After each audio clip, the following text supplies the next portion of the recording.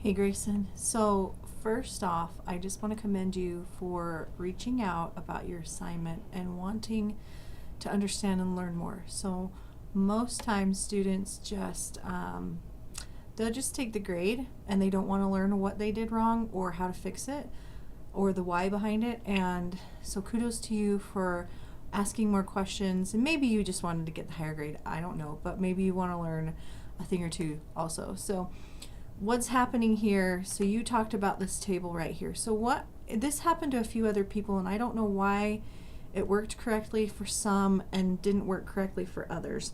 When I walked through it in class, that's kind of how we fell. And so I wish I could explain why sometimes, but sometimes I don't know why. Excel does what it does, and it's just kind of like QuickBooks. Sometimes things happen and we don't exactly know why. So what we have here is this table that you imported in from, I believe, a web page. And so what happened was it was supposed to bring in the first name, last name, committee role as the column headers, and it didn't. And so Itsuki had the same problem in class as well, and as well as other people. And so this is what I showed her. So this is what you need to do. It takes a little bit of manual entry, but you're going to want to come up here and you're going to want to type first name and then last name. And if you start typing it, if it's already in the worksheet somewhere, it's going to see how it's pre-populating. All you have to do is hit your tab key and it's going to fill it in for you. And so the next one's committee. We already have that word in the table, so we're just going to tab and then we go role. And then what's the next one? Travel time. And then residence, right? Okay, so that's how we have to get around this issue of the table coming in correctly. And then the next thing you have to do is you have to come up here. So we need to delete all of row 13 to bring this table up to where we need it. So we're going to come over here to row 13. We're going to click on row 13. We're going to right click on row 13 and then we're going to delete that. And then it's going to bring the table up where it needs to be.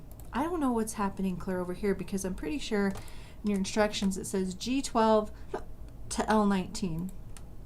And this is G12, right? G12 to L19. So that's how we get this table in the correct range. And so then all you would have to do, I believe one of the last steps is that you have to hide this table. So you're going to come and select all these rows here. So 13 through 18, and then you're going to right click and then you're going to hide that. And then that's going to bring everything else up. What you're going to need to do, because we adjusted that table a little bit, it shifted your picture.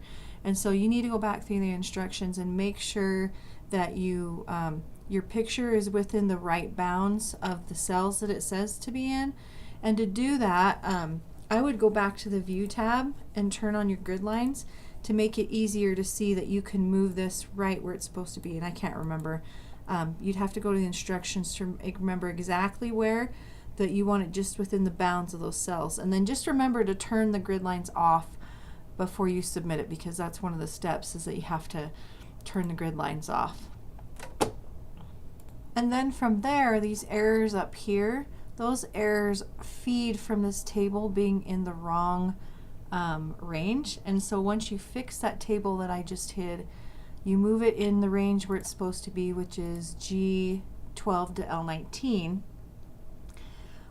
Then when you do that, all of these functions should work out better. You might have to go back and redo them, redo the concat, what's that say, chair, that the proper function. You might just have to redo these functions after you move that table and get it tweaked to get these to work right for the grader. Sometimes the grader is just picky that way. And then down here I kind of messed up your arrow. So you'll want to make sure that all of your graphics, once you fix that table, all of your graphics are in the right place, lined up. I ran into with Itsuki that we screwed this arrow up really bad, and it was just easier to delete it and then reinsert that smart art again. So whatever you feel works best for you, you go ahead and do that. So that should fix most of your errors. And so the great thing is, I know these things can be super annoying. for students who are especially are new to Excel, but also they're great learning experiences of how to tweak things in Excel too. Because I know I never get everything right or in the right place or where I want it, or I might get a Excel spreadsheet from somebody and I can't figure out what's happening. Sometimes you just have to pick it apart. So thanks for reaching out about it, and great job today on our TAC meeting. You did a fabulous job. I am so glad that you were able to be there with us, and I love that you got engaged in the discussions and you jumped in there, that you just didn't sit there and just say your piece at the beginning, but like you were involved through the whole meeting, and it was a beautiful thing. So thanks a lot, Greysen. You are a rock star. Let me know if you have any more questions about Excel projects. Take care.